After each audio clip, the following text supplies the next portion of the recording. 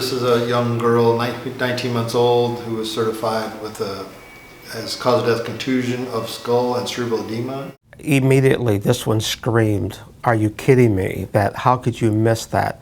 When you had professionals in the medical field who were indicating that this child had been abused, there were multiple bruises all over her body, and the story that was provided by of the fall was not believed from the very beginning. We have to take that history into account, and that certainly raises all kinds of red flags, and you do complete investigation. But ultimately, if we're left with a child that just has cerebral edema, it's hard to then understand what physical trauma was caused, other than we have a period of anoxia. So the autopsy is done to rule out any natural cause for that, and then we have to evaluate what the history is. A short distance fall potentially makes sense if we had more description of bleeding around the brain, some kind of brain trauma.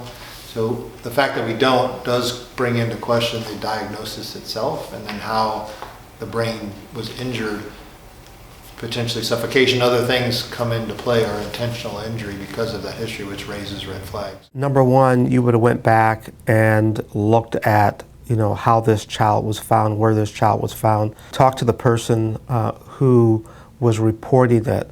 Talk to the medical staff.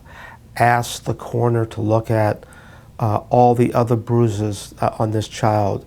And I'm sure that this child would have had multiple bruises, which would have been indicators for us as investigators that someone had been physically abusing this child over an extended period of time.